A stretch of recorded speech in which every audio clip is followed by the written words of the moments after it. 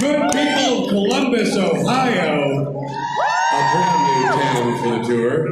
A big round of applause and a big Ohio welcome. OH! For Mr. Jensen and Misha Collins.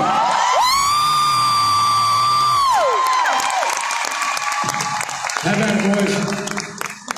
I don't normally start my panels with gymnastics. So if I seem a little stiff up here, I think I may have pulled my groin. I do every time.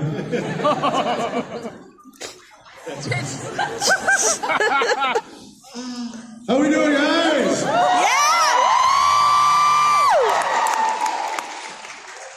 I'm great, thank you.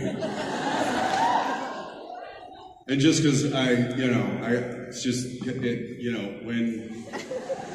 Oh, hey! Oh! It's just so good. Why doesn't every state... I don't know! But it makes me a little upset. Buckeye Nation, how we doing? I love you! No photos. And I love you. Thank you for a great weekend.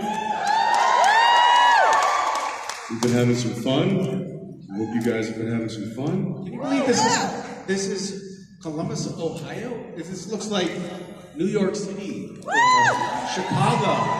Because you should have been But more a people. long time ago. And better people. You said the same thing in New York. That's I was like, in New York, I was like, my God, it looks like we're in Columbus. Holy shit, there's so many of you. How you doing, big guy? Yeah? How you doing? I'm here. Yeah. Here. How about what was that guy's name? Jeffrey D. Morgan. That's who it was. It's good to have Jeff here. Always fun. What a lovely human being. He really is. You know, just a fan of him. I know that he comes across as very brusque and rude when he's up here, but in the green room, he's Such a sweetheart. Such a sweetheart. I have to say, isn't it a refreshing reprieve to swap him out for Jared? That's blasphemy! Boo! In the sense that, like, in the green room, no one got broken this weekend. That's true. There's no wrestling Just don't matches. tell Jared I said that when you see him. We're live streaming right now. All right, let's get to it. We got some questions. Which side do you want to start with? Okay, let's go there. Hi, my name is Judy. I'm from Akron. Hi, Judy from Akron, Ohio. Yes. So first, I wanted to thank you guys for everything you've done. The show means a lot to me. I'm so sorry. So when I was going through my cancer treatments, I had to be isolated, and it was difficult to not have anyone around me. But I had the show, and that was a comfort to me. It got me through a lot, so thank you. My question is, if you were to find out that a novel series had been written about your life, and there were chapters that hadn't happened yet, and you had the opportunity to read it, would you?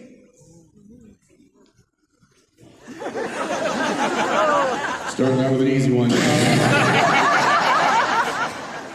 Judy, thank you. Just quick, were you going through your treatment during COVID? I was diagnosed in 2020, Yeah. in March, right around when everything started happening. wow. So I couldn't have anyone within 6 feet of me Sure. for a while because I was actually radioactive. So I had to be isolated. I couldn't have my pets. I couldn't have friends or family. I had to talk to my daughter through a glass door. So it was difficult, but I was able to have supernatural meant a lot to me during that time. I can't imagine No. taking comfort in supernatural. That must have been incredibly. You must have been on all the drugs. Gosh, that sounds incredibly hard, and I think a lot of us went through that period thinking, God, this is hard. But that takes the cake. That sounds truly awful. And I'm so happy you're here. And to get through that and to be here to share that with us, that's wonderful. So, Did you not know about the show Friends? That's comforting. if there I was would a- definitely not read. I don't want to know where this is going. I would definitely not read the book. But are you saying that the future has not been written, but what, or are you saying that the future has been written? It's like Chuck's books on supernatural. Right, gotcha. No, I would not want to know. I would not want to know. Although there is because there's that question of like, would you want to know when and how you die? And it's like, part of me would be like, yeah, so I know the time. Or just to be Or yeah, somebody just said, or how to stop it. not to get on a plane. Yeah. Right. Can we change the outcome?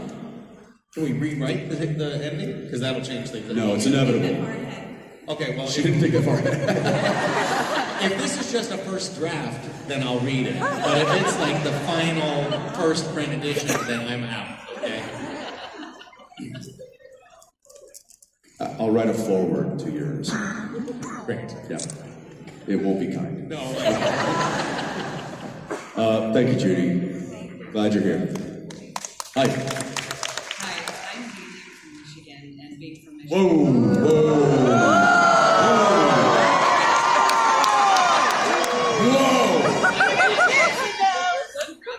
You are in enemy territory. You are literally across enemy lines right now. What did you say? Sorry. I said you're across enemy lines right now. Like this is the lion's den. I have a friend from Ohio who told her I was coming here, and she said two things to me. She said, if you say OH, that happens. And to remember that everyone hates Michigan.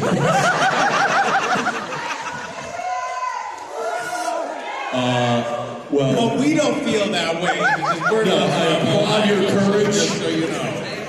And I will say that in this building, we are all family. We're Outside this building, run. Okay. It's true though, like this audience is very, I think in general, like very warm, very welcoming, very understanding and tolerant. There's a lot of pride. There's a lot of LGBTQIA acceptance. But if you're from Michigan, that's a bridge too far. What is your question? Well, being from Michigan, I am a huge Bob Seger fan. All right, let's go. A couple of Michigonian. What are they called? Michiganders? What? Michiganders? Now you know why we don't like her. Goose and gander? That sounds like a fish.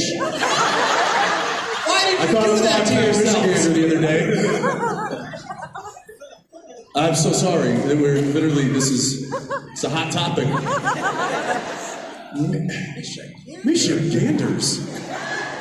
It also sounds a little pervy, doesn't it? Yeah, gander. Why not Michigonians? I took a gander at her. Okay.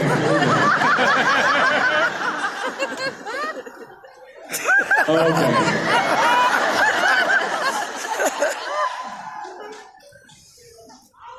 Let's try this. Okay, all right. What is your question? She's just having regret at having come up to the microphone at this point. The question is mainly for Jensen, but both of you. Both of you can answer. Okay, thanks for that. I was wondering, do you have a favorite Bob Seger song? And Jensen, would you ever consider covering a Bob Seger song? I mean, right now. Yes, love Bob Seger. Favorite? Oof. Misha, you talk. I gotta. I can't come up with the name of a single Bob Seger song. I'm gonna go turn the page. Yeah. Turn the page. Turn the page? Turn the page. Me too. That was fantastic. And Metallica covered it too. So if they're covering that song, it's ACC. Yeah. Sing, no, I'm not gonna sing it. Dance monkey. Yeah, dance, baby. All right, fellas, on the one. No, I'm just kidding. Come on. This is last night. This is kind of a rough crowd. Yeah. Take it off. Maybe you said that, Misha. No one wants to see that. Jensen and I, and speaking of taking it off, just in the green room, we were both like, "Look at this! What's going on here? We gotta get this. Like, we're doing sit-ups this summer. We're working this out, and we are. We're gonna get fit as fiddles, and then we're gonna do a poster together." What? You just watch. It's just for me, Okay. but I think it'd be nice. Okay. To replace the one that you already have. Yeah.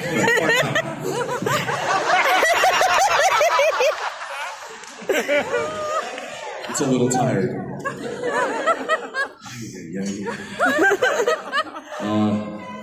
Thank you, I think. Hi. Hi, my name is Carrie and I'm from Cleveland, Ohio. This is my first convention, so I'm just so excited to be here and be able to ask you guys a question. So, yeah. So my question is, we all know Supernatural has such an amazing soundtrack, just so many great songs throughout the series. If you guys could create a soundtrack of your lives, what artists or songs or albums would be on that soundtrack?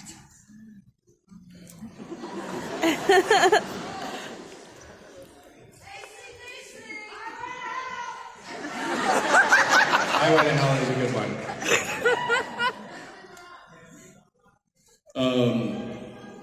I mean, there's a lot. I have a love for all music. I mean, I went and saw a Zydeco band the other night. Some of you probably don't even know what that is. That is deep Cajun music from like the swamp. And I was out there dancing with my youngest daughter, and we were, teaching her how to two-step and stuff. But then I'll also go to a Slipknot concert.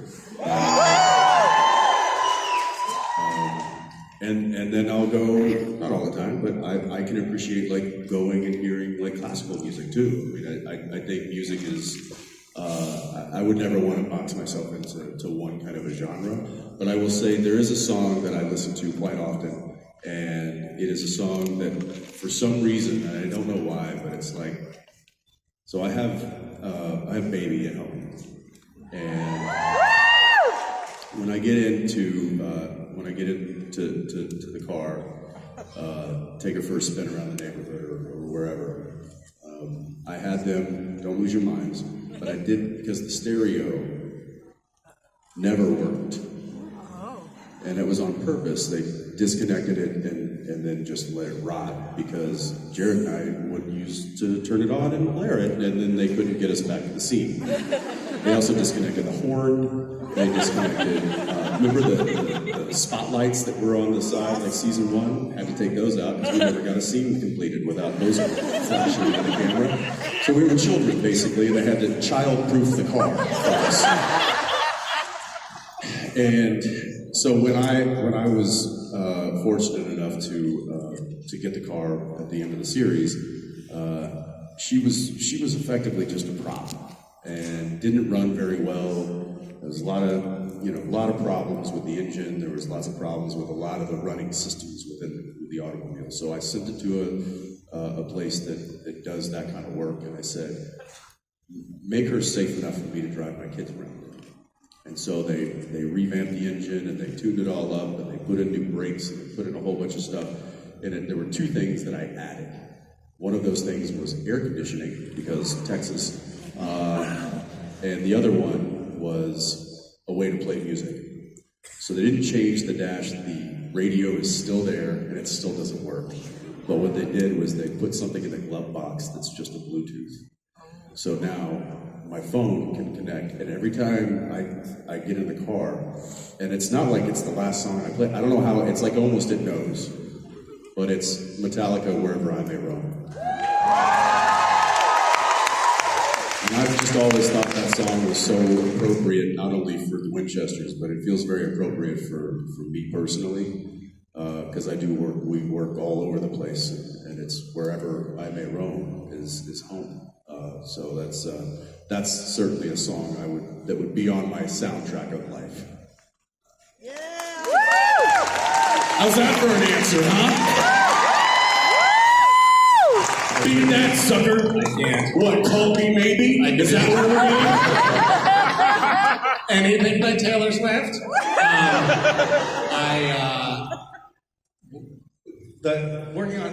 I had my family in. I'm not going to top your question. I'm just going to pick up the sloppy seconds from your answer. When I started working on Supernatural, we were trying to figure out with the family, like maybe they could stay in LA and I could go back and forth, and then we had conventions, and the kids were kind of traveling around with me most of the time, and some of the time not. And one day, West, my oldest, said, "Where's home?" And so I made him this little flag that said "home" on it. It was like different pieces of fabric sewn together. And we just brought that everywhere we went. And wherever that flag went was home. And it's actually true. You can kind of bring that with you if you have to. And that actually can feel kind of nice. Like being on the road can feel like home if you let it. But we had to do that for the kids because otherwise they were just at sea. Yeah, we've moved quite a bit, Daniel and I, and I've always said wherever you are, that'll be home. Because I'll have to go off and I'll have to do things, but wherever I come back to is going to be you and the kids. So wherever you guys are, that's home to me. And I think I actually told my kids that at one point. I was like, listen, wherever mom is, that's home. Mom equals home. Yeah, mom equals home. Well, what about you, Dad? I'm a Rolling Stone. Did they roll their eyes at you? I think it'll come in a couple of years when they realize what I said. Thank you. I would just say one more thing about music. When I was young, my parents separated when I was very little, and my dad always sang. He had his guitar with him. I have these photos of me when I was just a toddler sleeping in my dad's guitar case. And there was nothing more comforting to me than the sound of my dad singing and playing his guitar. And even now, as a grown-up, sometimes, not a grown-up, as an advanced middle-aged man, I'll ask my 80-year-old dad, like, hey, Dad, do you mind singing me something? Because it's just so deeply comforting to me. So, Does he still play? Yeah, he does. That's awesome. And he's got a great voice. That's great. What happened? Skip the generation. Okay. Hey guys, my name is Alex. I'm from Delaware, right here in Ohio. Thank you for your show. It's amazing. I've watched it twice. I can watch it 100 times. It's an amazing show. Thank you so much. Not in this lifetime. This was an anniversary present from my wife. She will never top this day that I get to ask you guys a question. She's sitting right there. Well, that's And awesome. she said 100 million times that she loves you, Jensen. Sorry, Misha, nothing against you. No. Offense taken. You are amazing. I got a comment and a question. Well, comment for Misha, question for Jensen. Misha, you were amazing in that final scene as Cass. You loved it. Thank you for that. Now, my question for Jensen is: you went on the Inside of You podcast, and I loved your episode. You said that when you found out about Dean dying, which we didn't like, or some of us did, some of us didn't, you said it yourself, that you reached out to Kripke to kind of like get yourself into like, you had a hard time letting go of Dean. If you can and if you want, what did Kripke tell you? Because to be honest, to this day still, I'm having a hard time letting go of Dean. How amazing you played that character, and how amazing Misha played that character, that to this day, I'm still having hard feelings of letting them go. So thank you guys so much for that. If you'd like to answer that question, that'd be awesome. Sure. Well, Alex, right? Alex, thank you for sharing. Thanks for being here. And I'll start my answer by saying this: that Dean's not dead.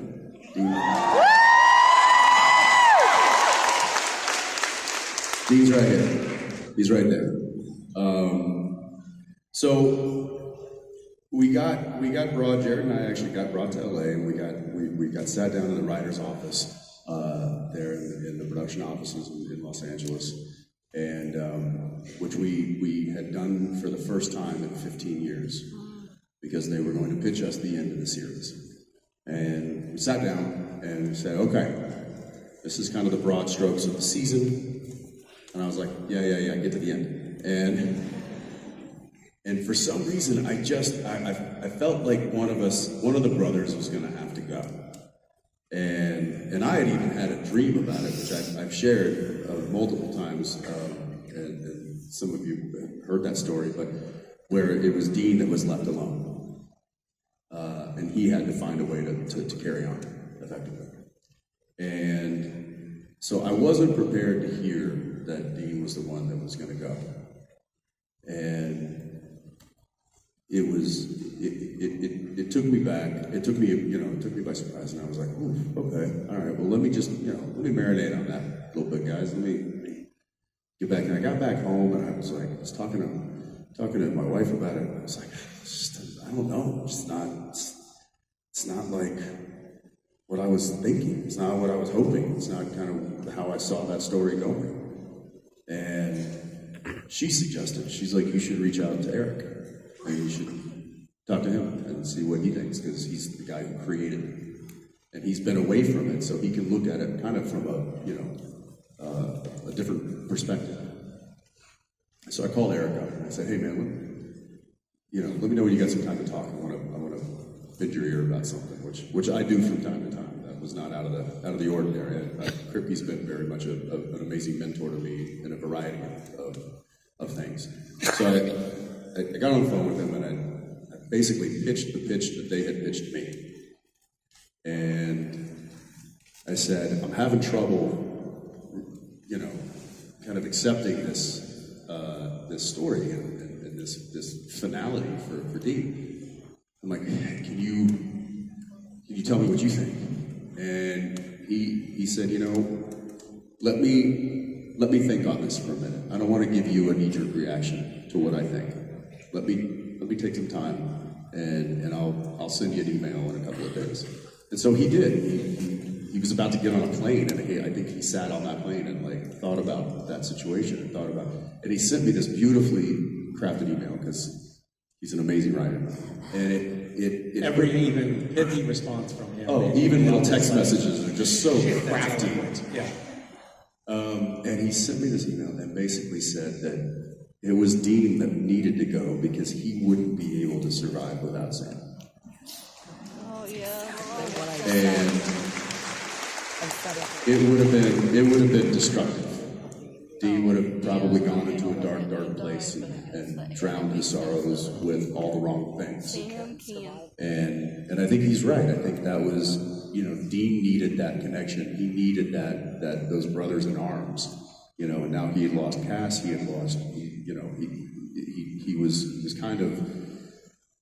He relied on that camaraderie as something to fight for. Fighting for himself was not something that I think Dean necessarily ever thought he needed to do. He always fought for somebody else. And so, in order for the story to kind of go the way it did, it had to be Dean to let go. And it had to be him to be the one to hang it up and beg Sam to continue on, because Sam had the capacity to live his life as a way of honoring his brother. And I don't think that Dean would have been able to do that. I think Sam was a stronger character inherently than Dean was. I mean, it's the Luke Skywalker Han Solo situation, and so I'm just doing a horrible job of telling you what Eric said, but he said it in such a beautiful way that I was like, that makes a lot more sense. And I thanked him, and I called up the Dab and Bob Singer in LA, and I said, all right, let's rock and roll. Let's do it. And by the time we got to shoot that scene, I was fully on board with this being the hero moment that Dean had been living his whole life for. And he was doing it because he knew that it was time to let Sam live and continue on. And that was his wish, and it was time for him to go. And so, even though it was tough to watch and it was maybe tough to let go of him from a fan perspective and from my perspective, I believe it was the better way to go as far as the story goes. And it made good TV. At the end of the day, it was compelling. It was a compelling story to watch, and it made people feel things. And at the end of the day, that's what we try to do.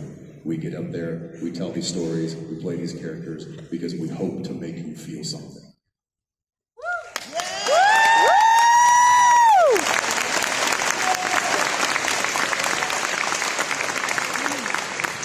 Sorry, I didn't hear you. Yell that again. I appreciate it, Alex. Thank you, man. Hi, my name is Oma. Hi, Oma. So I didn't really have a question because my friend threw me up here, but the last panel, Jeffrey Dean Morgan said that he really wanted Baby. And that he did not think that you knew how to drive a stick, Jensen. So the question is, do you? Well, that tells you what Jeff knows, because Baby's an automatic.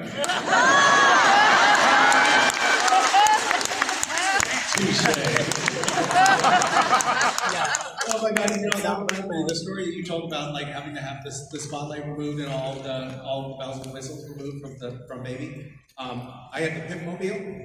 Do you remember that? It had those hydraulics in it. And one day Jared was in the passenger seat in the scene, and the first AD came to the window and he was like, "Don't touch the buttons." And Jared just went like this. They were renting that car. They never actually bought the Pimp-mobile. They were renting it from this guy who was like, "Sweet Jesus, I'm going to retire off this," because they kept renting the car from him year after year, and he made probably 10 times the value of the car, renting the car for the show. And And so as soon as the first AD walked away, after saying, "Don't touch the buttons," Jared started pressing buttons, and it was just jumping up and down, like a real lowrider, like jumping up and down. No, it looked like a Snoop Dogg video. It was amazing, but of course he broke the car, and it cost them $15,000 to repair the hydraulics. The car, by the way, was worth about $10,000, and then when they brought it back to set, they disabled the. They took yeah, you couldn't do that because they had to Jared-proof the car. But to quickly answer your question, my father made me learn to drive with a standard transmission. So I'm just fine driving standard. Our kids aren't going to learn how to drive standard. They won't. In fact, we get kids these days aren't even learning how to drive. Right. Period. They're like, well, just Uber. I know, makes me sick. I was a big fan of standard transmission, and I always bought a standard transmission car, and then car manufacturers stopped making standard transmissions. Like a lot of cars, you can't buy standard anymore. No, it's only like mostly like sports cars or stuff like that. But it's I had in LA. I was on Days of Our Lives.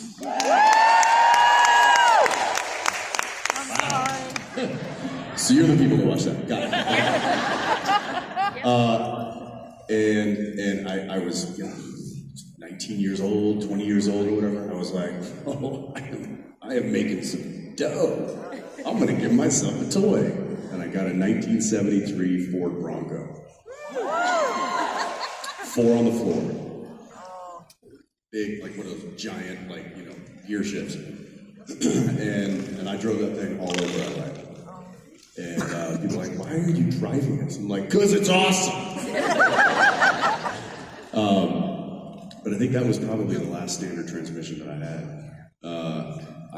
Jeff and I talked about in our meet and greet. I did go to Europe at one point. I was in Scotland, and I rented a car.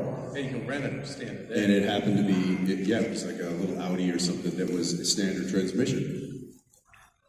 The steering wheel's on the other side of the car. Yeah. Which means that now I'm shifting with my left hand, going through roundabouts, screaming like crazy.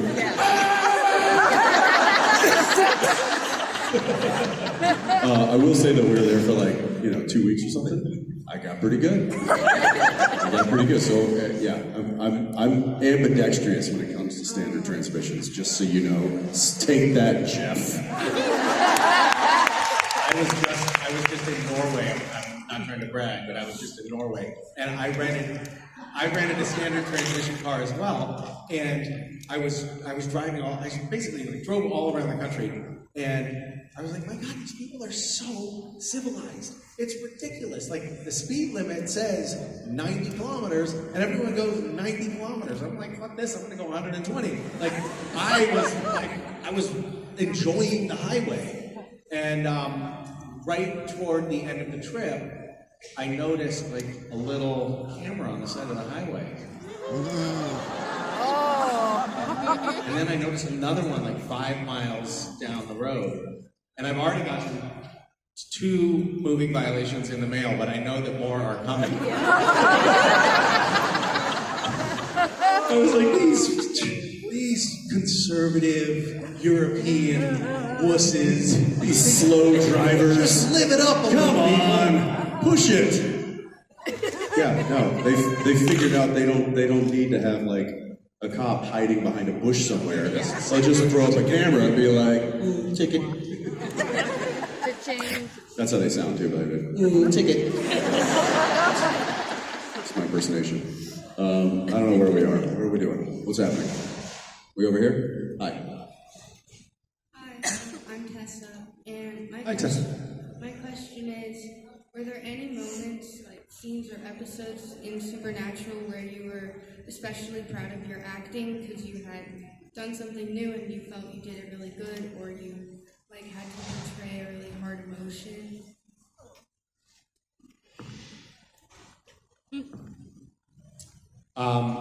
There was a scene,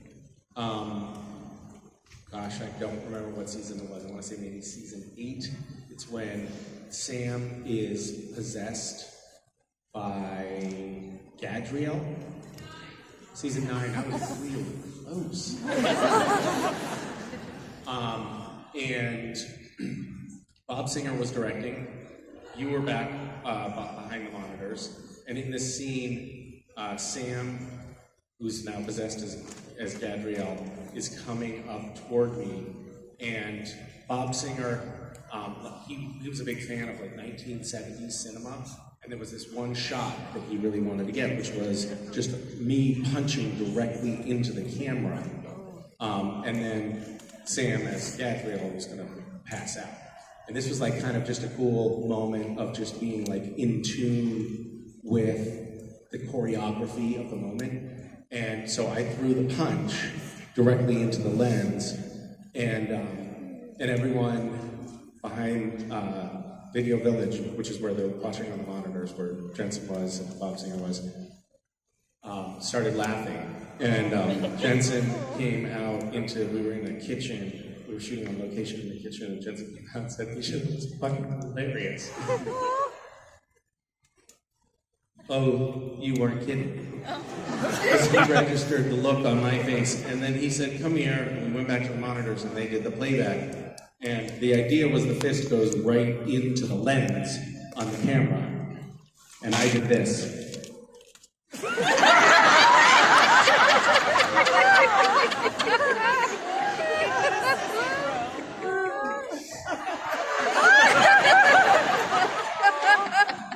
So I would say that was that moment for me.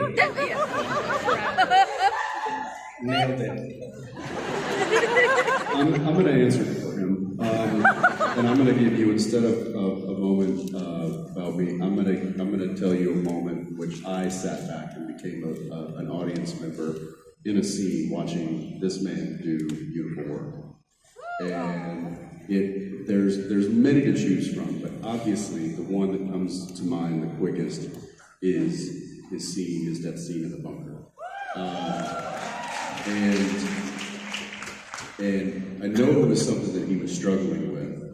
I know it was not an easy scene to perform, but to also digest personally, because it was his goodbye. And it was difficult for me, opposite him, watching him give such a great performance, to continue to stay in the character as Dean, because Jensen was watching this great performance from his friend, and also a character that he is so fond of, and I was very much taken out of the scene. For me, luckily it was on his coverage, so you didn't see the Dean washing away and Jensen just going like, but. And I had to remember, like, I need to give him, I need to stay in it for him. And he was so distractingly good in that moment that it made my job very difficult, because all I wanted to do was sit there and watch him perform, because he was doing such a bang-up job and in my mind, I was sitting there thinking that, it was like this flashback. They say that like when you're about to die, like your light flashes before you. In my mind, I was flashing back to Lazarus Rising and seeing him walk through the barn with the sparks flying, and I was all of a sudden like all these clips in my mind of Castiel and walking into the lake, and like all of these things that are ingrained in my memory, and seeing this now character have to say goodbye, but also knowing that my friend was in there having to struggle with this as well. And I just thought he did such an artful job and such an incredibly nuanced performance in that moment that I was really proud of.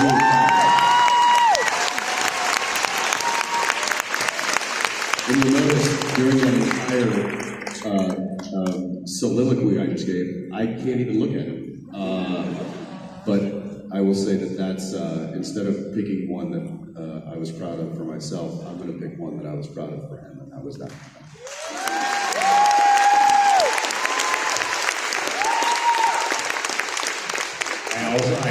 feel uncomfortable with you complimenting me like that. I'm not used to this dynamic, and thank you. That's very, very sweet of you. You know, I think that part of why it's not really related to your question, but this brings it to mind.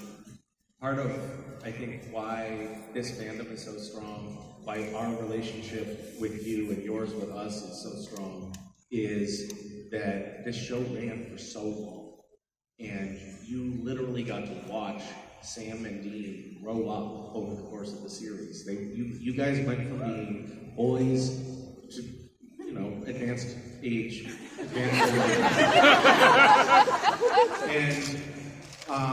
But actually spending so much time with characters and watching them grow and evolve and change and frankly degrade is really powerful. It's like being, you know, we say supernatural family, but that's what happens in a family. You watch a family grow up, right?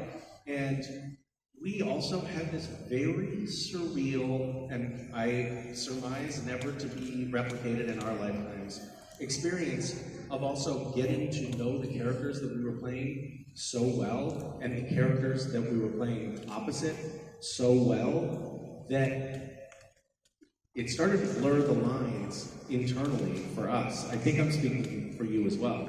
Like you said, Dean is still in here, Cass is still in here, but I know that Dean is, like, Dean, to you, I'm sure, feels like a part of you. Not just a character, not just a wardrobe that you put on, not just a character that you put on, but actually a part of you. And that is it's such a strange thing. So when one character was saying goodbye to the other, we were really broken up about it.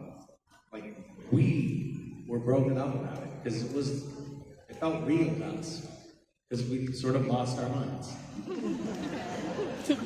I'll answer you. I'll give you this one. The one that I was thinking like, all right, maybe not a performance. I guess it was a performance, but one that I was like, I'm gonna hang my hat on that one. The fact that I learned how to tap dance.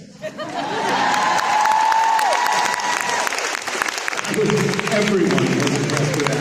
And not only did you learn to tap dance, but you learned it in like a day. Yeah, it was like two like lessons for like an hour or two, and learning the choreography, but then also learning how to do the steps and stuff. And it was, I mean, I think there was maybe only one shot that they used that wasn't me, that was my double, who was an actual tap dancer. But it was like 99% me doing all that terrible dancing. But I was proud that I still had a little bit of mojo in me to get that done. So yeah, thank you.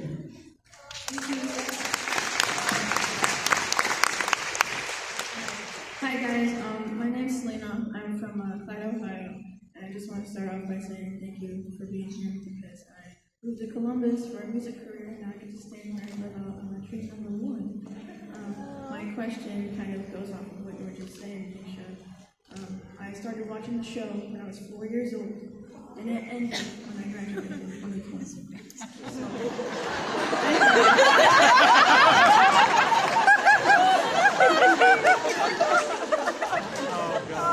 That being said, Not middle-aged, elderly men. I've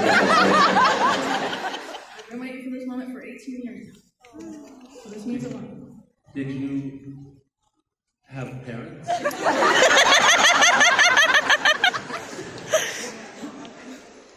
The show was a lot of things for me, and basically the thing that stuck with me the most throughout those 15 years of watching it was the value of family doesn't end with blood, and I guess I just really wanted to know what that meant to you guys personally. And we are all family. In your lives. Oh, in our real lives. In our real lives or in this world? Like any of the family values that were talked about or just shown in the show. Oh, I see what you're saying. Yeah, I think that's a very easily adaptable, universal slogan. You know, they say that your family is the family you're born into and your friends are the family you choose. So I feel like the people you surround yourself are your family, whether it is by blood or whether it is by choice. And you know, we genuinely do feel like family members. You know, we spend so much time together that there's an unbreakable bond at this point between a lot of this cast and a lot of the crew and now a lot of the fandom that can only be described as family. So it is certainly seeped into our real lives quite heavily. And I love that slogan for this show, but I think it's also a very relevant slogan to what has now happened post-show and has always happened kind of outside the show, is that there's this family that was built around the show, but also, you know, family is who you decide family is, and I think we've been very fortunate in the fact that we got the pick of the litter with you guys and with the people that we have with us. So.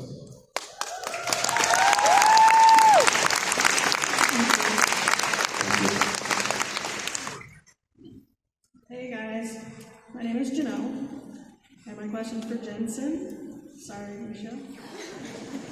Can you please tell us anything and everything you can about Countdown? Because I'm super excited. I'll take this one. I can't, honestly, I wish I could tell you, and this isn't like they've sworn me to secrecy or anything. I've only read one script. And it was an early draft, and I know that Derek is very rigorously finishing some other scripts, and then he's going to go back and start doctoring some of the newer scripts and getting the whole team together. So I have a very loose idea I have a broad stroke kind of idea of what's going to happen in the new show, but I have a better idea of kind of where this character is coming from. I don't necessarily know where he's going and how he's going to get there, which is one of the reasons why I love doing serial shows instead of movies. Not that I don't do movies, but with a movie, there's a beginning, middle, and end. It's right there in the script. When you're doing a series, you don't know where that train's going. You don't know where that train's going to go, and it could go anywhere. And a lot of times, really good writers will pay attention to what's happening in the early episodes, and they will write to the chemistry or write to the strength of the writer or of the actor, and so it can kind of direct the storyline in a way that maybe was unbeknownst to them in the beginning. And so I love that ride and that journey that I get to go on just slightly before the audience gets to go on it. As far as Countdown goes, it's it's this kind of like unique special task force that gets put together by like this secret government agency, and we're off the books and the black ops kind of a thing, and we're going after big bad guys internationally. So it's going to be action packed. It's going to be a lot of the movies that I love watching, Sicario and Heat and heist movies and things like that. A lot of that going on. But there's also some underlying character things that happen that might make it difficult for some of these characters to perform the way they want to, and I think that's going to make it really, really interesting. So I'm excited about it. Start filming in a couple of months, and I'm excited to share more with you when I can.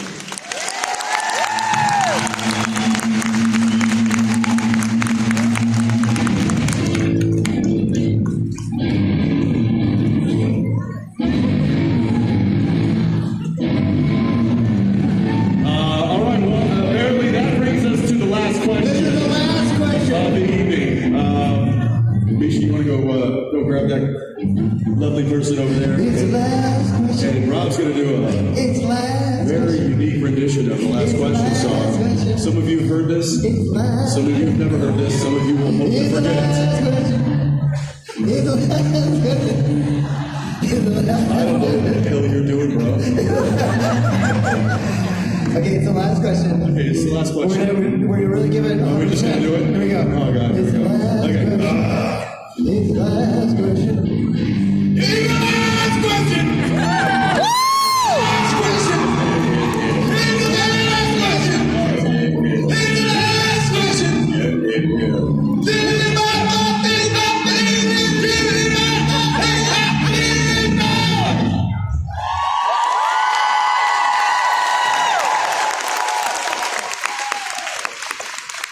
So this is Kat. Hey, Kat, what do you think? Pretty good view up here, isn't it? Yeah. Kat, where are you from? I'm from Youngstown. And that's in OH? Damn right it is. What is your question? Well, I want to start by saying congratulations on your new show. But my question is for Misha. Yes! Finally! I love you. You're very pretty. Stop flirting with the audience, Misha. I wanted to know if there was anything coming up, like any plans or projects that you could tell us about, that you could get us excited about. Nothing that I can tell you about, because it's not appropriate for this audience. But I have been working on some very adult-themed projects. He's doing a poster later this summer. I'm working on developing a feature film that I hope to shoot in the winter of next year. And I can tell you that it has some political themes, and it's about this country and the divided nature of this country that plays out in the family. Okay. I'm laughing already. Yes. It's part of the reason that I wanted to make the movie is that there's this epidemic of people relying on sleeping pills, and I thought, what if I could create a movie that would serve that function? Makes sense. Save lives. I almost fell asleep during your one-sentence pitch, so yeah.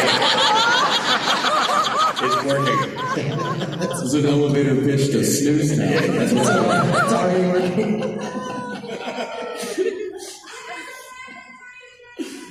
What? She has a present. You have a present, I bet you do. Is that the guitar version of a rim shot? All right, thank you. Thank you, everybody. That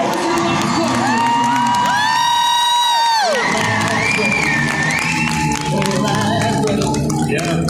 It's the last question. That's the last question. That was the very last question. It was the last question. That's the last question. Yeah. Love it so.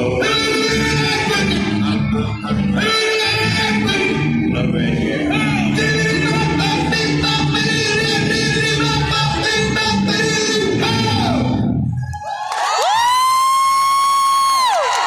Good people of Ohio and the bad people of Ohio.